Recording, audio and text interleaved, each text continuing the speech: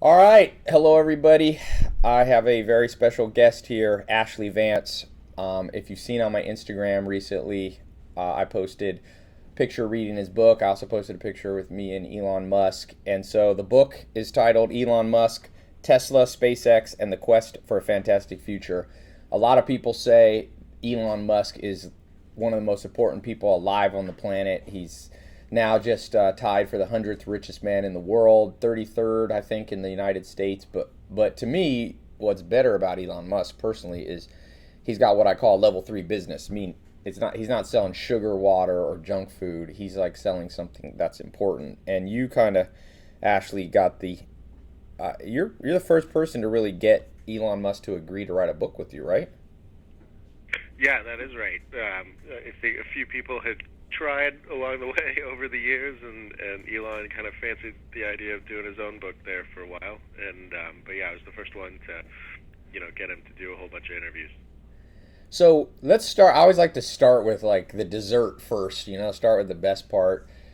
After spending all this time and having insider access to Elon Musk, what's the standout lesson that you learned for your own life to be, to do big things? Like, was there one just takeaway that kind of the arc that encompasses everything that you learned from him? I think so. I mean, obviously, there's a whole bunch of stuff, but the kind of biggest one that stood out for me, I guess, I guess it sounds kind of simple.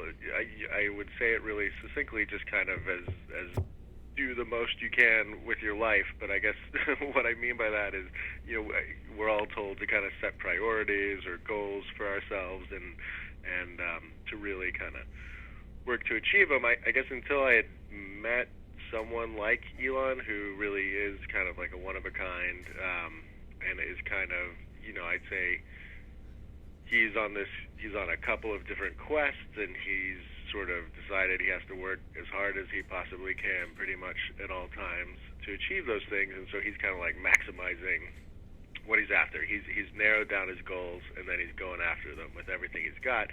And just seeing that up close made me really rethink kind of how I was running my life. So it made me think really hard about exactly what my priorities are, and then to, dedicate myself to them more fully. I don't think I would ever live my life kind of at the full extreme of Elon, but it pushed me in that direction. Yeah, he's pretty intense. I think he's the only guy alive that has started three companies, each worth at least $1 billion from scratch. So that's I saw a little talk. I went to my friend had this little private talk that he gave a year ago, and Elon Musk. Somebody asked him, would you do this again? And he said something to the effect of, I'd rather, put shards of glass in my eye than do exactly what I did. He said, I made 100 million plus selling PayPal, and then I invested all of it into SpaceX, Tesla, and SolarCity, and I didn't have any money left. I was like borrowing rent money or living with my friend. So, can you speak a little bit on this kind of struggle? Because a lot of people become entrepreneurs as super optimists, and then you look back on it and go, wow, that wasn't quite as easy. What's Elon Musk and your take on the struggle to be an entrepreneur? Yeah, again, just because he does sort of everything at these extreme levels, I mean, I think, his struggle would be, it's got to be one of the most exceptional things. I mean, it's one of the bits that really drew me to want to write about him was that he's got this amazing life story on top of all the business stuff. But, like as a kid, he had a pretty rough childhood. I mean, he was like a loner. He didn't get along very well with his dad. He got beat up at school, and so he kind of runs away from home when he's 17 with like $100 in his pocket, and that kind of started his whole personal struggle. He like backpacks around Canada, puts himself through school, ends up going to Silicon Valley, and then kind of decides to outwork everyone. He founds this company Zip2 and then PayPal and gets kicked out of them. He's the largest shareholder and the boss, and he gets kicked out of both of them, mostly because he just couldn't get along with people. He's a little bit like Steve Jobs.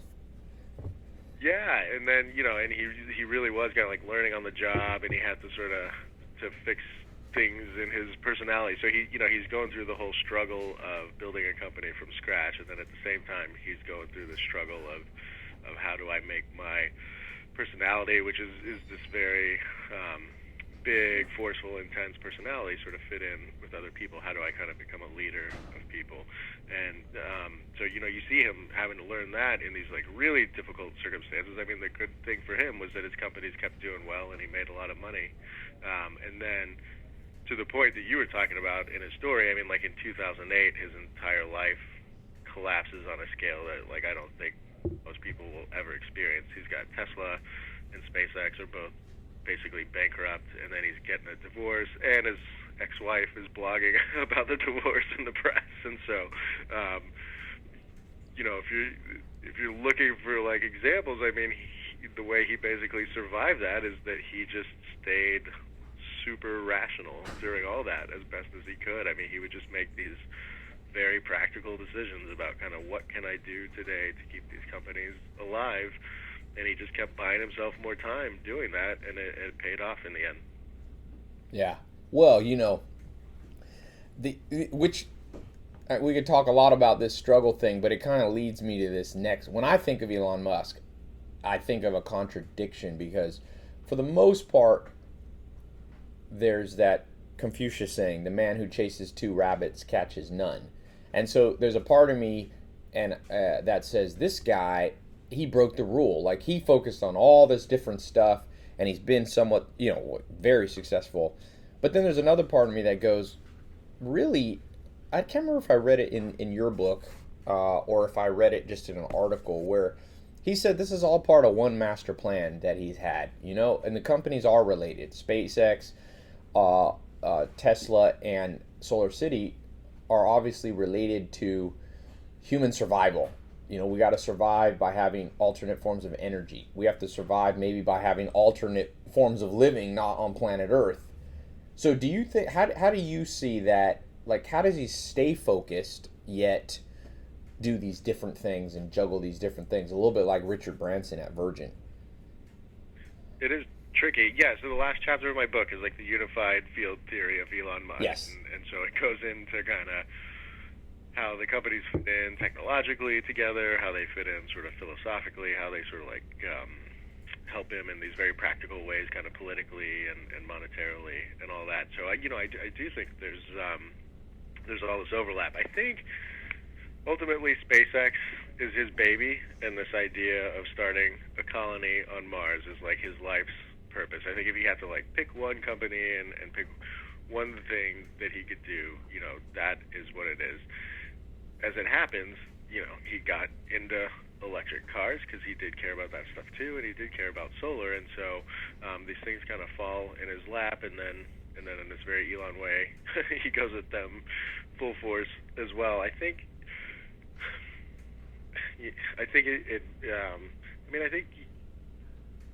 most people would burn out doing this, and I think he does get sort of close to that. I don't know how long he can kind of sustain this, but did you see some of that where he's like, hey, I might have bitten off more than I can chew, even though he's a supercharged guy? Do you see him running right at the edge?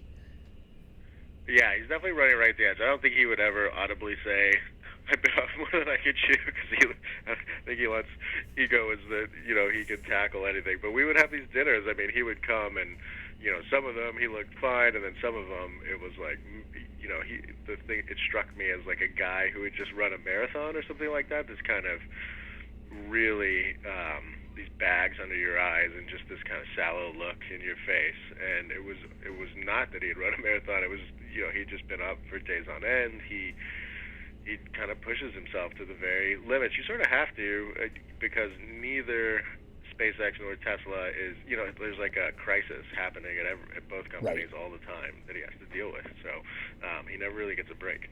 Yeah, one of my mentors, Alan Nation, said, Ty, you got to make a change when the first thought that happens when you wake up is, what crisis is going to happen today? And so it sounds like Elon Musk might be able to go, what 2 crises are going to happen today? Or maybe even 3. Yeah, I mean, that's how he operates. There's people at, like Gwynne Shotwell, she's the president of SpaceX, and she's amazing, and she runs, like, the day-to-day operations of the company and sort of keeps it humming along. But Elon's a guy. I mean, that is his job. He figures out whatever is the biggest crisis at either company, and that's like where he puts his attention. And not like he just fixes it all himself, but he goes to the person at the company who's dealing with the messed up door or the part of the rocket software that's broken, and he's like standing there right with that guy saying, what do you need in terms of money or people to fix this? And he stays there for, if it takes like a day to fix it, if it takes a month, Elon's right over your shoulder working on it with you for better or worse. What do you think? There's so many things that Elon Musk personifies that people want to have in their own life. I think one of them is not being a procrastinator and getting what you want. Like if you have a goal, I read about 75% of people at one point or another in their life will dream of starting something. Like they'll have an idea for an invention, a patent, they'll have an idea for a business. But we know that the amount of people that actually try is much lower than 75%, and the amount of people that actually succeed is even lower. So it comes down at some level at the beginning to motivation to get off your butt and actually do stuff. What do you think is the key to Elon Musk's motivation, Yeah, he's a tricky one because it seems to come from a weird place. I mean, he has this,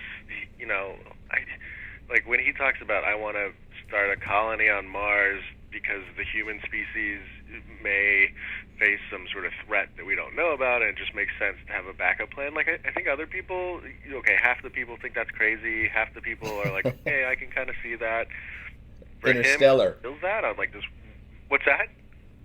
It's like the movie Interstellar that just came out last year. Well, yeah, totally. And then, I mean, like he feels this on this deep emotional level. I mean, that's when like he would get tears in his eyes when he was talking to me, and so like as far as his motivation goes, it comes from this weird place of like, I mean, it's basically I have to do this for the human species, and so I do think some people think this is nuts, and then for some people it kind of works. I mean, it's been cool to see on Twitter people who have read the book have totally come away and been just like you said. It's like I want to get off my butt and go do something. And I do think when you sort of see the example of what Elon did, I mean, it's kind of amazing, but it's also all he did was just like sit down and decide to do something, and he's done that 4 or 5 times, and that's all it took. So you think it's come from him specifically? It comes from kind of an emotional place of, I want to help humanity, help myself. That's his prime, as opposed to, let's say, Stephen Schwartzman at Blackstone. I was just reading about, or Warren Buffett, Charlie Munger. These guys are very focused. Like, I want to be rich. That was kind of their motivator. You think Elon's comes much more from a kind of savior complex, or not complex, but that mentality? I do. I mean, I think he totally enjoys being rich, and like as he's got richer, it's made kind of all this stuff that he's going after easier, and he has like a big ego. I mean, he loves being the celebrity CEO and all that stuff. But I mean, I honestly, and this does not come from any sort of fanboy anything. I mean, I just, having spent enough time with him and his family and his friends and his employees, I mean, I just think it's very authentically, he's after this bigger picture stuff, and he's either had to make money along the way to make that happen, or he's kind of stumbled into money as a result of pursuing this bigger goal. I think like at the very beginning when he did Zip2, which was like this .com startup around 1994, I mean, that was a pretty conscious decision with his brother that like the internet was happening, we need to do something to capitalize on it. It wasn't totally kind of, we just need to get rich. It was like, this is where the action is, let's get involved and see what happens. But since then, I think he's been kind of driven by something well beyond money. Yeah, I have a system, a personality kind of psychometric test that I'm working on kind of trademarking, and I call it the PACE system. So PASE, and they're the 4 dominant kind of drivers in personality types. So P stands for practical, A action, S social, and E emotional. So my take, and I've been with Elon in person, that he is either an EA dominant person. I think he's an EAPS, which is emotional first. That's his driver, and you kind of confirmed it. My hunches after being around him in person. A is second. He likes to take action. Third, P, practical. He knows how to raise capital and do the day-to-day. And then S maybe is his weakest. He's a little bit, I would say you could tell he didn't grow up the most popular kid in high school. He's a little bit eccentric / nerdy even now. Yeah, that's true. Yeah. I mean, I think the way you ranked him sounds pretty fair to me, and it is true. I mean, he's not, even though he's gotten better at giving presentations and all those things, I mean, he's not like the easiest guy to just like have a beer with. Right, exactly. Yeah. Now, let's talk about, interesting motivation. Another thing I wanted to talk about that's just a practical tip for entrepreneurs. I'm an entrepreneur. A lot of entrepreneurs will be listening to this. Peter Drucker speaks of the 8 objectives of every good business, marketing, innovation, human resources, physical objectives for your products. You've got social responsibility, all these profit requirements. But the one that Elon Musk, in some ways, has really excelled at is the capital objective, being able to raise capital. So I think he raised $2 billion not too long ago in bonds for Tesla. He's raised money at various stages for his business. What do you think is the secret to success in specifically around raising money? So if somebody's watching and they're trying to raise 500 grand for a business, or 100 grand, or 10 million, what are the things you took away from learning from Elon? Elon's like a little bit of a tricky example because in some of the stuff like Tesla, he had made his own money, and none of the VCs wanted to invest in Tesla at all. And pretty much like the reason Elon became the first major investor in Tesla was because he was the only guy willing to put in money. Right. In that sense, he was the capital. But you're completely right. I mean, subsequently, like more than anyone else, I think we've seen in recent memory. I mean, he has a real gift. Of late, because his star has been rising, it's like everyone wants to buy in to Elon Musk, and so it's gotten pretty easy for him to raise capital. I'd say in the darker days, kind of like 2008, when you had this whole world was melting down with a financial crisis and all those things, and Elon was still able to raise money in those environments. I mean, to me, he gives off such a complete devotion and commitment to what he believes in, and that's what other people buy into. It is that, like when he talks about something, he not only talks about it with passion, but he explains it so it just seems to make so much sense. Even when he's telling you about like a Mars colony, and that there's all these things that need to be done to make that happen. I mean,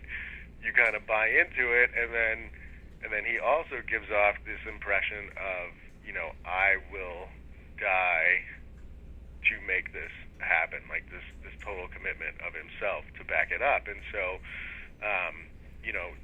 I think the investors were always buying into him more than the ideas of the companies back in those really tough times. Yeah, there's 2 books. I've got this book club, which your book has made it into the book club. I kind of ranked the best books I think out there, and there's 2 books. One's by a former I think he's dead now, Harvard professor Solomon, and it's How to Write a Good Business Plan. And then the other book is one of my favorites it's the autobiography of Sam Walton, who started Walmart, became basically the wealthiest man of our time. And both of those books confirm what you just said. Solomon says, in general, and good investors are investing in you. So they are investing in who you are, what you know, and who you know. And then Sam Walton says that he gave 10 commandments to building a business, and he made $160 billion. And he said, the first one is commit. And I find most entrepreneurs have a hard time committing because they're not good at coming to a place where they say, yes, I know what I should be doing. So maybe the lesson from what you said is to raise capital is an after effect of you knowing what you're doing and it being in an area that you have competence and passion in. Does that sound? Yeah, well, yeah, I mean, I think I think you can make a case for that. I think with Elon, I think like he knew what he wanted to do more or less. in some cases with something like SpaceX, I mean, it's kind of changed over time. You know, he like went into that thinking he'd be kind of like the Southwest of space, and they would just assemble things, and then from other made by other companies, and then over time he's like, no, the only way we can really get this cheap enough is if we make it all entirely ourselves, which is like a huge shift. I mean, then you've got to get all these manufacturing plants and everything. So Elon, he flies by the seat of his pants a little bit, but I mean, to your point, you know, he's kind of got this belief that he can kind of achieve whatever he sets his mind to behind it, and he has this bigger goal that he's shooting for. And you know, there's this guy Steve Jurvetson, who's a venture capitalist at Draper Fisher Jurvetson, and he's invested in all of Elon's companies and has probably made the most money off of Elon besides Elon. And you know, I've talked to him. He's in the book a whole bunch. And I mean, that's completely what he says is pretty much like Elon could have come to them with just about anything, and they would invest in it just because they know he'll pull something off at the end. Well, it's like there was a professor, Megginson, who explained Charles Darwin's theory, and he said what Darwin was really trying to say is that it's not the strongest or the smartest who survive, but it's those able to adapt to the environment in which they find themselves. And so what you're saying is Elon Musk has this overarching goal, but then he's willing to pivot, adapt, and be changeable with SpaceX. If it becomes apparent that he shouldn't be the Southwest of space, he should do something else, he's willing to pivot and change. I think changeability is really why Homo sapiens are the dominant species on planet Earth right now. Yeah, I mean, I think he does. You know, like with something like Tesla, it's funny because there were moments in time where the company thought about, okay, maybe we should make a hybrid car and put in, you know, a gas engine alongside the electric stuff to recharge. Take advantage of, like, obviously the fuel network and all that stuff when you need it in emergencies. And then Elon and the head of technology, J.B. Strobel, sat down and like, no, you know, look, I mean, if we do that, we do a compromise. What we have to do is stick with our guns and this idea that we're going to make the best all-electric car from the ground up. So they had kind of this guiding principle that they never were willing to waver from. But you know, bringing that to fruition required, I don't know if it's pivot is the right word, but yeah, lots of different thinking around how to solve problems and being flexible and figuring out how to make money off this thing. Now let's go here to a subject that's interesting to me whenever I meet these powerful people or interact. You know, what's the dark side that you're like, my lesson from these dark sides of Elon Musk is I don't ever want to have this in my life, even if I could be a billionaire. They're just something I don't want. What'd you learn there? Not necessarily trying to throw Elon under the bus, but just, you know, your take on. There's always, Abraham Lincoln said, I learn from everybody I meet, but sometimes it's what not to do, right? It's not always what to do. Yeah. No, I mean, I think there's plenty of those kind of things. I mean, one we alluded to a little bit was, I mean, I just don't think I would live my life like he does. I'm in awe of all the stuff he achieved, and I'm glad that there's somebody out there who's kind of willing to do that. I wouldn't be able to spend as much time as he does at the office at the expense of like my family and a social life and all of that. I mean, I think there's a kind of happier medium. I mean, maybe you have to be like that to accomplish everything he has by 44. I don't know. How many hours is he spending at the office? Well, you know, he literally works 7 days a week because he's running two companies at the same time. And, I mean, he's basically kind of like married to the office. It depends how you want to argue it, but, I mean, there's easily days when he's there 18 or 20 hours at the office. Yeah. And, you know, there's a funny part in the book where he had just gotten divorced, and he's like, I got to start dating again. And then he looks at me and goes, how much time do you think a woman requires a week? He's like, do you think 10 hours would be enough? You know? He's calculating it mathematically. Yeah. And then, you know, the other thing that you see in the book quite a fair bit is how hard he is on employees. I mean, he expects them to work, you know, just about as much as he does. He expects them to be, if not perfect, working their tail off, and then definitely being exceptional quite often, and if they're not, he lets them know about it in no uncertain terms. He's been known to really kind of humiliate people in meetings, and I'm just not wired that way to begin with, and so, and then it also seemed to be something that Elon has learned over time, that when he kind of demoralizes people, they don't come back.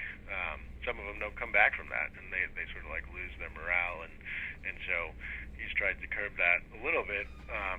But I find all that was kind of a little bit sad. There's people who've worked for him for 10 or 12 years, seen him almost every day, and I don't think either of them would consider each other friends. It's still kind of this business relationship, and so I don't think things have to be that way. Yeah. Well, it's like there's a certain drive that it takes to, like you said, by 44 have skyrocketed, and the old rule of physics that for every action there's an opposite and equal reaction. It becomes the ultimate balancing act to go, okay, I'm going to make the Southwest Airlines of space to Mars, and I'm going to have a perfectly normal dating life. If you could pull that off, you're truly the greatest genius of all time. So almost always you find, my friend, her dad was telling me that Albert Einstein used to show up at his farm when he was growing up to buy kind of like a farmer's market. And he said, my early memories of Albert Einstein are I would go up to him as a little kid and he would give me a hug or whatever, and he smelled horrible. So Albert Einstein could not quite find the time to wear deodorant or take a bath because he was off on planet, Lululand, coming up with E=mc². So I think it's one of those, humanity has to balance out Einstein. Like the other 7 billion people on the planet, we take showers so that the room doesn't smell when Einstein walks in. Yeah, I mean, for me, it's like one of the big questions in the book is where is that balance? Does there need to be a balance or not? I don't think it's anything that I came to a real clear conclusion on, except to what you said. I mean, I think if Elon was trying to live some sort of normal life, there's no way he would have achieved everything he has.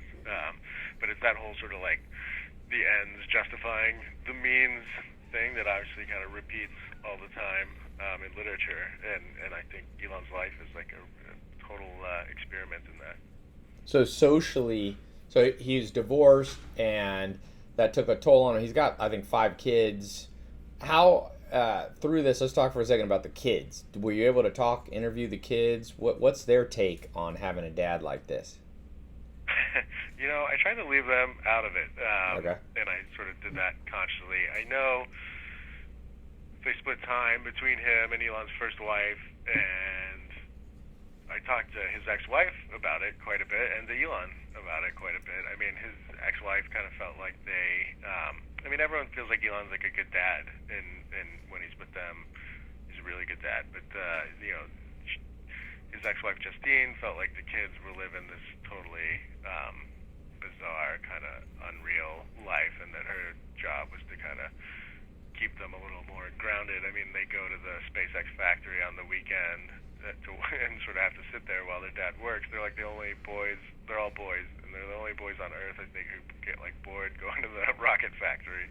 And That's so funny. then Elon would tell me, we were having dinner one time. He's like, I just got back from Monaco with the boys. We were watching the F1 races with the prince and princess and all this stuff. And so, they live a pretty exceptional, kind of strange life. And then Elon, he did suffer so much as a kid and sort of sees that as giving him this resolve later in life. And so I remember we were having one dinner, and he's like, I mean, what am I supposed to do? Am I supposed to... I think about this all the time. Should I make life miserable on them? How do you do that sort of consciously, or do they just get the benefit from sort of from this lifestyle? So it's something they think about a lot. Yeah, if you talk about the ultimate juggling act, if you can pull off starting $3 billion companies from scratch, healthy marriage, or good dating life, and amazing kids, we might have to give this guy a Nobel Prize or something like that. Do you think that his intellect, how my experience with high level people is it almost always there's an interesting book out, New York Times bestseller. I think it's called Willpower, and it starts by saying if you correlate success with factors that people have, is it because you're tall? Is it because where you're born? Is it good looking? Is it intelligence? Is it being born into a rich family? They found two factors most important or most predictive of your success. One is just raw intellect, and number two is willpower. So willpower is obviously an all-encompassing word. So maybe we can break those down. Elon Musk, what was your impression of his intellect, just raw computing power? Yeah, I mean, there's no question in my mind, that he's exceptionally gifted. As a kid, he was just this unbelievably precocious reader who was able to recall facts of what he'd read, in an almost kind of disturbing way to the other kids around him. It's kind of funny because he disturbing didn't do that well. What's that in a disturbing way? Well, sort of like a know-it-all kind of. Right. I remember his mom was saying they were like sitting at the dinner table one day, and his sister said something about how far the moon was away from the Earth, and Elon was like, "No, that's wrong," and he recited it to the exact foot, a number of feet that the moon was from the Earth. He was always sort of doing this know-it-all thing to the kids around him. But it was funny because like in school, he didn't do like poorly, but he didn't do that well. Everyone I interviewed from his grade school days was like he was like the least exceptional boy. And then Elon sort of chalks that up to he just didn't really kind of put in the effort. And I think that's probably true because then by the time college rolls around, he goes to Queens in Canada and then UPenn, and then he starts being the top of the class and kind of blowing everyone away. And then today, I mean, he does astrophysics stuff in his head, and he knows a lot about a lot of stuff. He's very smart. Yeah, one thing that I heard him say, somebody asked, how'd you learn how to run a space company? You didn't go to school for that. And he said, I read a lot. And I'm a big proponent of books. Did you talk at all with him on or see his reading appetite for books and knowledge? His reading appetite is like off the charts. I mean, he, like when he was a kid, he read through everything he was interested in at the local library, and then he would do the same thing at the bookstore. I mean, his brother said, he would read 1 or 2 books a day growing up. But it's probably the thing he's like most famous for growing up, and that most people commented on. He would like go over for dinner at somebody's house, or their family would, and all the kids would run off and play, and Elon would always go find the owner of the house's library and just sit down on the floor and start reading. Well, that's what I tell people. I tell them I did a TEDx talk, and it's about why I read a book a day, and I always tell people in my research, almost every person, very, very few exceptions, that does big things, read, because reading cuts the learning curve. Because as Warren Buffett says, humans only learn from mistakes, but they don't have to be yours. So a book is a way to absorb other people's mistakes, and the reward for it is at 44, like Elon Musk, you can have done what most people wouldn't do in 4,000 years of life. So it's this learning curve cut. So that's interesting. Books. I'm glad always to hear my pet theories get confirmed by other people. So thank you for that. We didn't pre-rehearse that. Next thing. So he's got the intellect, and we alluded to this a little bit earlier, but willpower. This is still, we talk about his motivation being this wanting to save the world. Did you see like this raw, almost scary ability to just focus down and say, I will get this done? You said maybe he was willing to die for something. Can you speak on like just this raw, procrastinating, crushing willpower?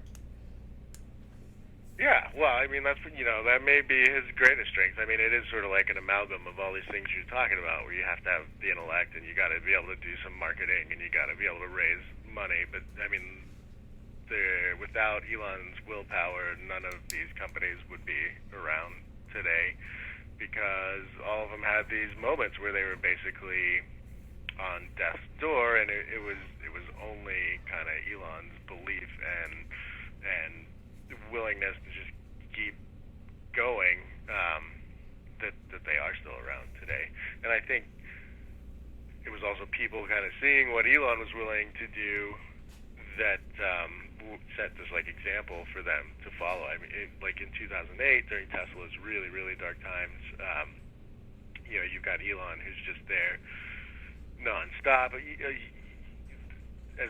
He'll come in on the weekends and he puts a desk right in the middle of the factory floor and never says anything to anyone. I mean, the message is really clear. Like, you should be here on the weekends.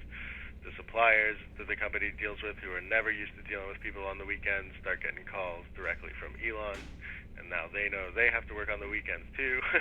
and I mean, it's really, whatever crisis is happening, he does something kind of like that to deal with it and pulls them through. I mean, to me, I've met a lot of smart people, so Elon's smart.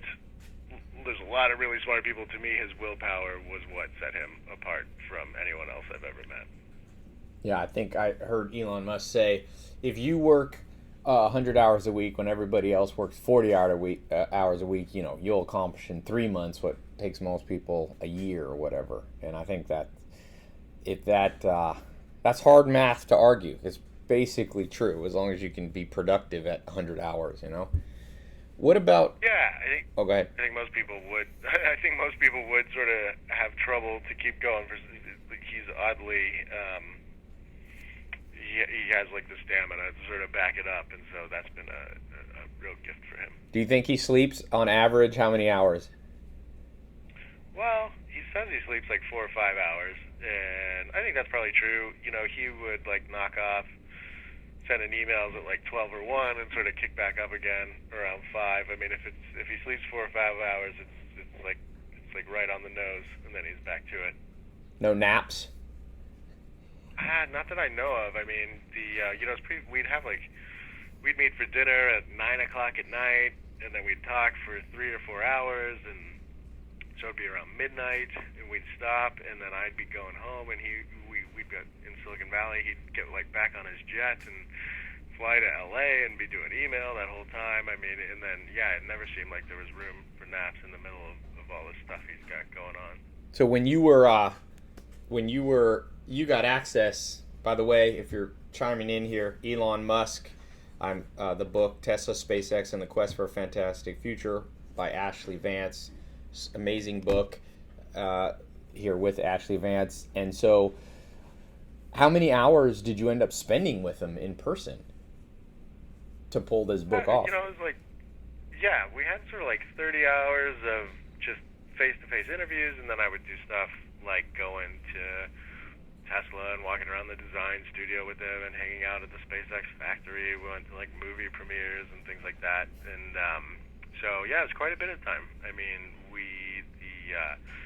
some of the interviews would be like 3, 4, 5 hours long, and I was just like thrilled to sort of get that chance. What about diet and exercise? What'd you see that he does? What does he eat? What'd you say? He's got people, not his strong suits really. He's got people that bring him food and everything, and it's all like, okay. I mean, there's nothing. At one point, he was kind of doing like a low carb thing to try and lose weight, because he really doesn't. He goes through fits and periods where he kind of will exercise, that he exercises like super intensely and has a trainer and all that stuff, but then I think work gets the best of him, and he tends to put on a little bit of weight during those periods. Yeah. So does he have the typical, if you're at his house, does he have the Iron Man type house? Does he have gadgets and maids and all this beautiful supermodel now that he's single? Does he live that, or is he pretty much not quite as glamorous because he's always at the office? It is pretty glamorous. He's got like a mansion in Bel Air, and I mean the stuff that he is most into is video games, and he has people that build him sort of custom video game machines that have to be water cooled and all that stuff, and he's put in like the highest speed internet into his video game room and everything. I mean, that's where he invests a fair bit of money. I would say that's like his biggest hobby. Video games. So video games, he's got that. He's got mansions. He's got the jets. He's got, obviously, when I was with him, he had a Tesla, which was no surprise. And you were talking about, what about social life in terms of, is he living the not the Hugh Hefner, but the, kind of, what's Robert Downey Jr., Tony Stark kind of Iron Man social life? He does a little bit of that. He's definitely different than the other tech CEOs. I mean, most of those guys kind of hang out up in Silicon Valley, and then Elon definitely prefers like the Hollywood lifestyle. I mean, he genuinely has people in the movie industry who are his good friends. Jon Favreau, who directs the Iron Man stuff. I mean, I see him at Tesla events hanging out with like Elon's family and everything. And then, Elon doesn't take a lot of time off, but then I always notice he's at the Super Bowl or the Kentucky Derby or the big fight. I mean, he kind of likes to be where the action is. And I don't think he's definitely not the Robert Downey Jr., super charismatic, women falling off his arm kind of thing, because he's just not that. He can be charming in his way, but he's not that like total smooth operator kind of guy. But he definitely likes to be, like at the Hollywood parties and things like that. Yeah. All right. As we kind of wrap up here, a few things. I've kind of had a list for you. We're making good progress here. Mentors. I'm a big believer. Mentors made all the difference in my life in cutting this learning curve. Books obviously can be mentors, but at some level, having in-person mentors. Who do you think Elon would count as his mentors? People have asked me this, and I don't think there's a super satisfying answer. His grandfather on his mother's side was this amazing character who went on constant adventures across Africa, did all these very daring things, and I think there's like a little bit of that in him. And then Elon was raised to a large degree by his grandmother on his father's side, and she had kind of survived World War II and would tell him these stories about like all the hardships that her family went through and how they got through without any money and things like that. And I know for a fact that he always looked up to her and took a lot away from those lessons, because he would recount them all the time. But then, like when you asked him for sort of like a specific person that he was kind of modeling himself after or taking inspiration from, I mean, he really never pulled out a very clear example along those lines. I found that pretty interesting. I think it's probably, for most people it ends up, when I was 16, I tried to find one person with all the answers, and you end up with really an amalgamation of people. I'm sure, he was business partners with Peter Thiel, who's gone on to big success on his own. These people, like the big investors, you think they have influence in terms of, giving him insight in things maybe that weren't his strength? I think so. I think he had a bunch of internships. Like there was one in particular at a bank, and there was a guy there who really took him under his wing and gave Elon a chance. Elon had sort of called him out of the blue and was like this kid, 18, 19, and he's like, yeah, come in, work for me. And then he saw how smart Elon was and was really letting him do pretty advanced things at the bank. And it's actually there where Elon starts to get some of these ideas for PayPal and the company before it was called X.com. And so that guy was kind of like a mentor. I mean, Elon, you see figures like that pop up.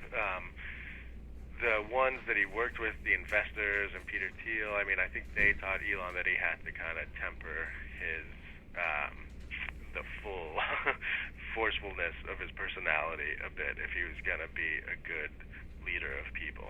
Right. You must be able to win friends and influence people. So, yeah. Best story. It could be a story out of rising from the ashes in dark times. It could be a funny story, maybe even a story that you didn't put in the book.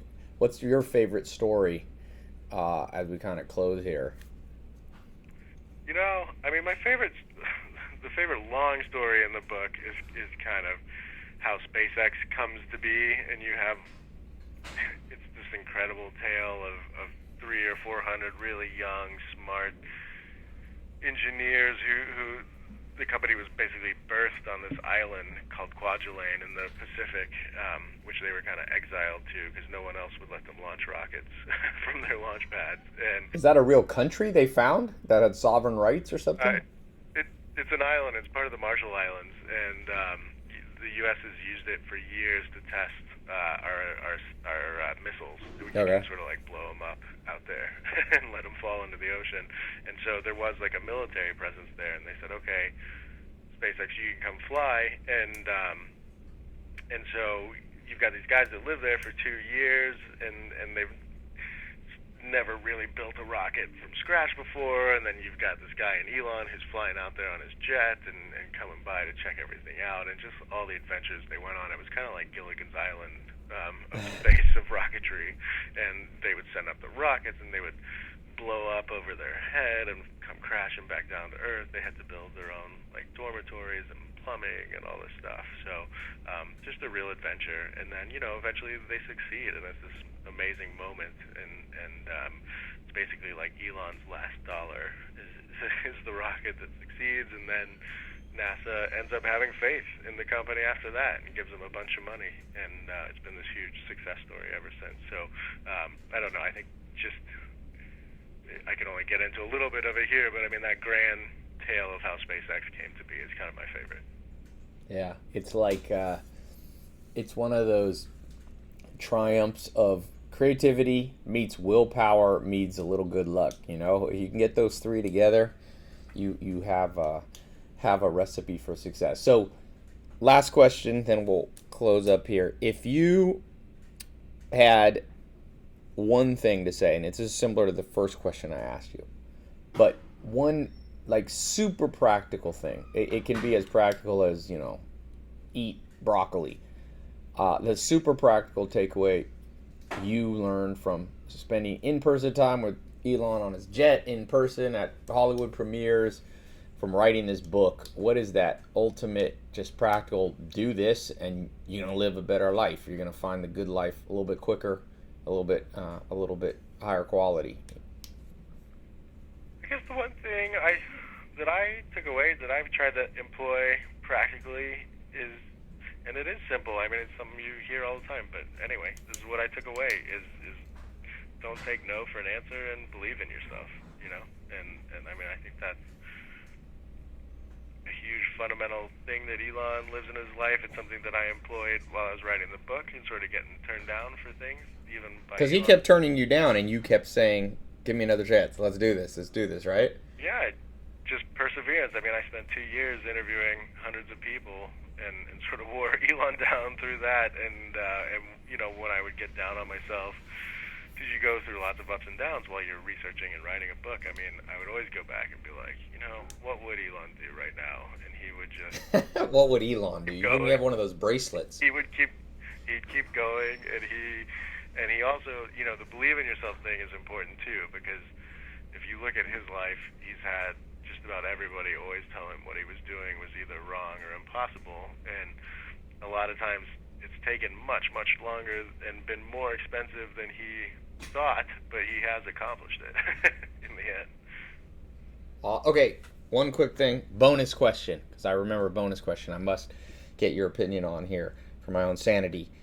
The balance between focus and doing lots of stuff. What's the takeaway? Is it possible? Is it a mistake? Is it a flaw and he's just so good he can do it? Because most entrepreneurs, all of us, we get a little distracted, do a little bit too much. Do you think there is a way to pull off this multiple stuff, or do you think at the end of the day SpaceX is the main one and he really wishes he could just focus on one thing? No, I mean, I came away thinking focus is important. I think even though he's running two companies at one time, he's very focused on them in the particular moment. I think if he had his druthers, if he could, he would just do SpaceX, and I think it does tear him apart that he has to spend so much energy on two things. But I think being like totally scattered is a mistake, and that even from the outside it looks like he's doing all these things at once, which he is on a meta level. On closer down, he is dead set focused on particular problems at any given time. So, and you said 2 companies. You mean 3? Because is he pretty involved in SolarCity, or not quite as much there? Definitely not as much. He's chairman, and his cousins run it, and he helped come up with the idea for it. But he's not. It's not at all sort of this like day-to-day struggle like it is with Tesla and SpaceX. I mean, he's much less involved with SolarCity. Awesome. Well, Ashley, thanks so much. Everybody listening, it's a definite recommendation from me without any hesitation. And you have here on the back of the book Richard Branson recommending the book. That's a pretty good recommendation. You've got Craig Venter, so you got a pretty good endorsement. So I have a hard copy of the book. Now if you go on Amazon, a lot of times you can get a hard copy for not too much more. And check out the book. It's called Elon Musk, Tesla, SpaceX, and the Quest for a Fantastic Future. Ashley, this was awesome, and I appreciate you taking the time. Thanks so much for having me. It was a lot of fun. I appreciate it. Awesome. All right. Talk soon.